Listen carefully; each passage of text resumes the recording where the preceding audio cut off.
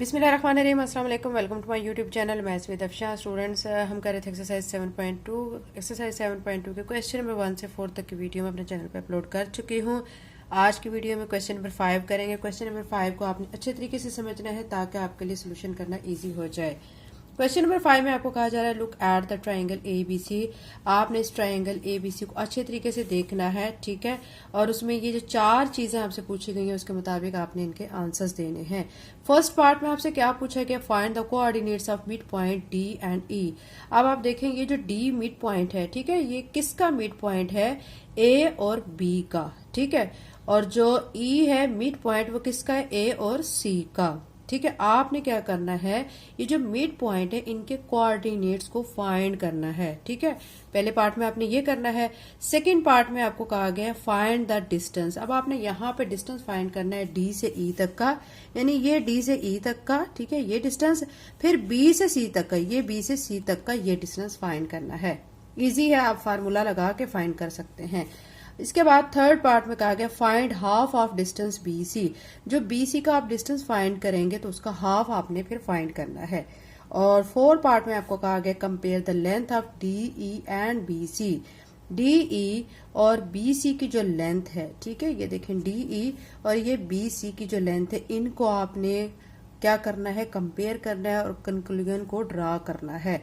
आपने बताना है कि आप इससे क्या कंक्लूजन निकाल सकते हैं। तो क्वेश्चन नंबर 5 के चारों पार्ट्स को बच्चों 1 बाय 1 सॉल्व करते हैं। फर्स्ट पार्ट में हमने कोऑर्डिनेट्स फाइंड करने हैं मिड पॉइंट D और E के, ठीक है, तो हम फाइंड करते हैं। एक्सरसाइज 7.2 के क्वेश्चन नंबर 5 का फर्स्ट पार्ट में हमने कोऑर्डिनेट्स को फाइंड करना है, ठीक है, मिड पॉइंट D के और E के। पहले हम क्या करेंगे, D के जो मिड पॉइंट हमारा आया हुआ है, जो D मिड पॉइंट है, उसके कोऑर्डिनेट्स को फाइंड करेंगे, जो कि किसका मिड पॉइंट है, A और B का। तो ये मैंने A के वर्टेक्स और ये B के लिख लिए हैं, ठीक है। अब हम क्या करेंगे, आप जो है मिड पॉइंट फार्मूला यहाँ पे लगाएंगे और उसमें वैल्यूज को पुट करेंगे और उसको सॉल्व कर लेंगे। तो यहाँ पे मैं फार्मूला लिख लेती हूँ। फार्मूला हमारे पास है, ठीक है, आप को पता है, करते आ रहे हैं। अब तो आपको ये अच्छी तरीके से तैयार हो चुका होगा। यहाँ पे हम लिखेंगे x1 प्लस x2 बाय 2 और यहाँ पे y1 plus y2 bye 2।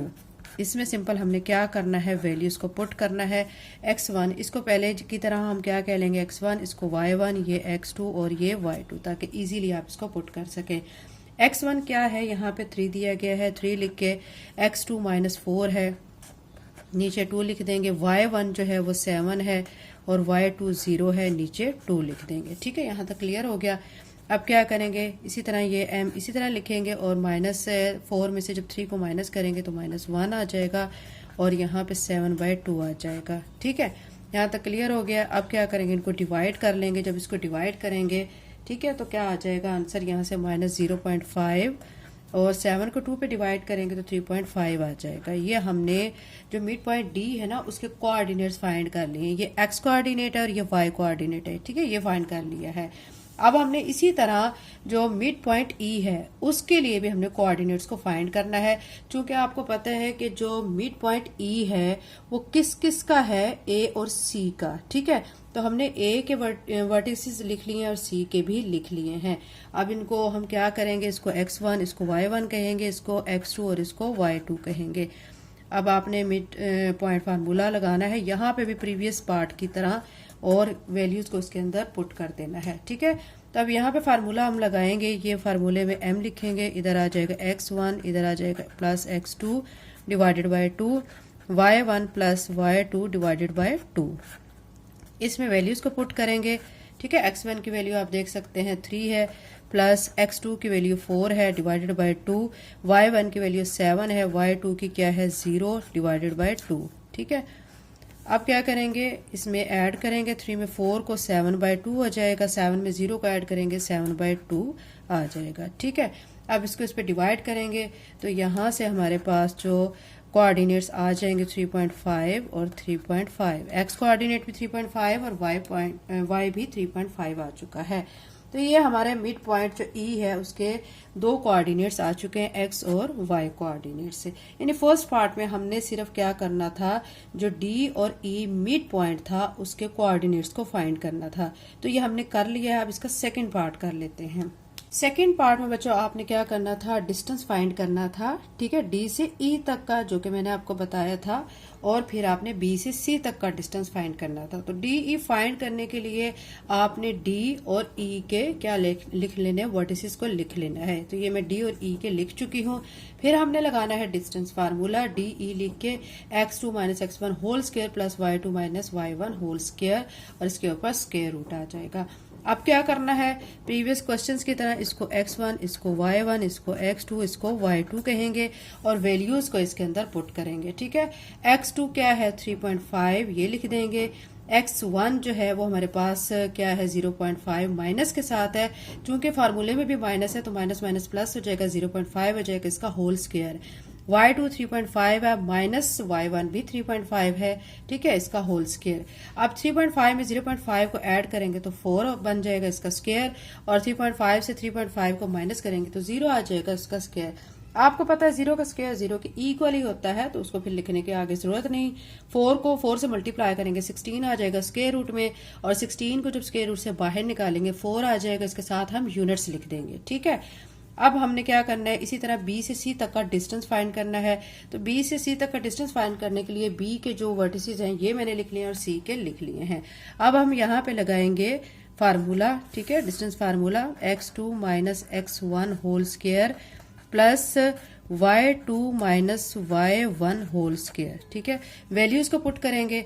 Values अब हमारी यहाँ पे क्या क्या हैं, इसको हम x1, इसको y1, इसको x2 और इसको y2 कहेंगे। ठीक है, अब x2 4 है, माइनस x1 माइनस 4 है, तो माइनस माइनस प्लस हो जाएगा, और इसका होल स्क्वायर प्लस y2 हमारा 0 है, माइनस y1 भी 0 है। ठीक है, अब 4 में 4 को ऐड करेंगे 8 हो जाएगा इसका स्क्वायर, और 0 में से 0 को माइनस करेंगे तो 0 इसका स्क्वायर हो जाएगा। अब 8 का स्क्वायर किसके इक्वल होता है, आपको पता है 64 के, और 0 का स्क्वायर 0 के इक्वल होता है, उसको हम नहीं लिखते, बस यहीं पे ख़त्म कर देते हैं। अब 64 जब स्क्वायर रूट से बाहर आएगा तो 8 आ जाएगा, 8 यूनिट्स। ठीक है, ये हमने डिस्टेंस में फाइंड कर लिया, ये इसका सेकंड पार्ट हो चुका है। अब हमने थर्ड पार्ट में क्या फाइंड करना था, जो डिस्टेंस है बी सी का उसका हाफ। ठीक है, तो अब हम थर्ड पार्ट कर लेते हैं। थर्ड पार्ट के लिए आप सबसे पहले यहाँ पे 3 लिखेंगे। उसके बाद उन्होंने हमें कहा था डिस्टेंस ऑफ बी सी जो है उसको हमने फाइंड करके उसका हाफ लेना है। अब हम फाइंड तो कर चुके हैं, ये आपके सामने 8 आया हुआ है। ठीक है, तो यहाँ पे 8 लिख लेंगे। अब अकॉर्डिंग टू कंडीशन उन्होंने हाफ कहा है, तो अब हम यहाँ पे हाफ लिख के, ठीक है, और साथ में डिस्टेंस बी सी लिखेंगे, और इसको भी इसका हाफ कर देंगे। ठीक है, अब ये 2 1 2 2 4 8 हो जाएगा, तो 1/2 डी बी सी, और यहाँ पे क्या लिख देंगे 4। ये हमारा थर्ड पार्ट भी हो चुका है।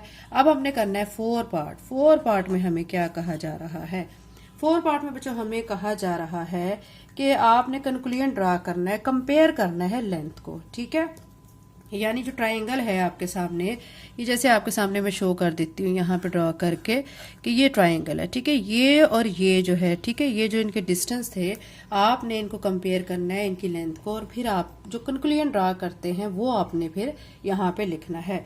तो अब यहाँ पे मैं लिखती हूँ। ठीक है, ये देखें बच्चों, ये जो है ये इसका हाफ है, मतलब अगर यहाँ इसकी 10 है ना लेंथ, और तो यहाँ पे इसकी 5 हो जाएगी, यानी हाफ है ये इसका।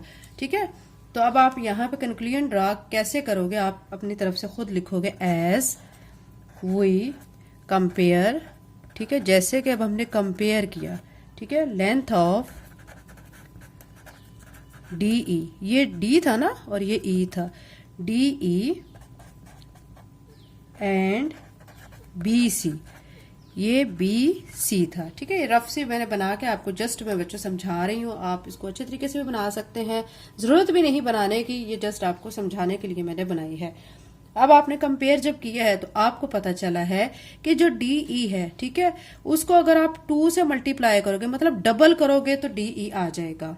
ठीक है, या फिर आप एक काम कर सकते हो कि इनका कैसे कर सकते हो, ये देखें बी सी को अगर आप 2 पे डिवाइड करोगे तो वो इसकी इक्वल हो जाएगा। हमने इनको कंपेयर करना है। ठीक है, तो अब आपने ऐसे इसको लाइन को लिखना है as we compare length of D E and B C. ठीक है, तो फिर आप लिखेंगे वी सा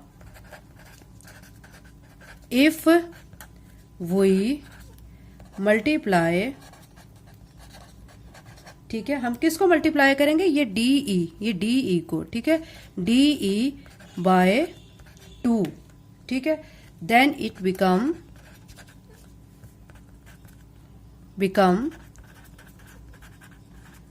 इक्वल्स टू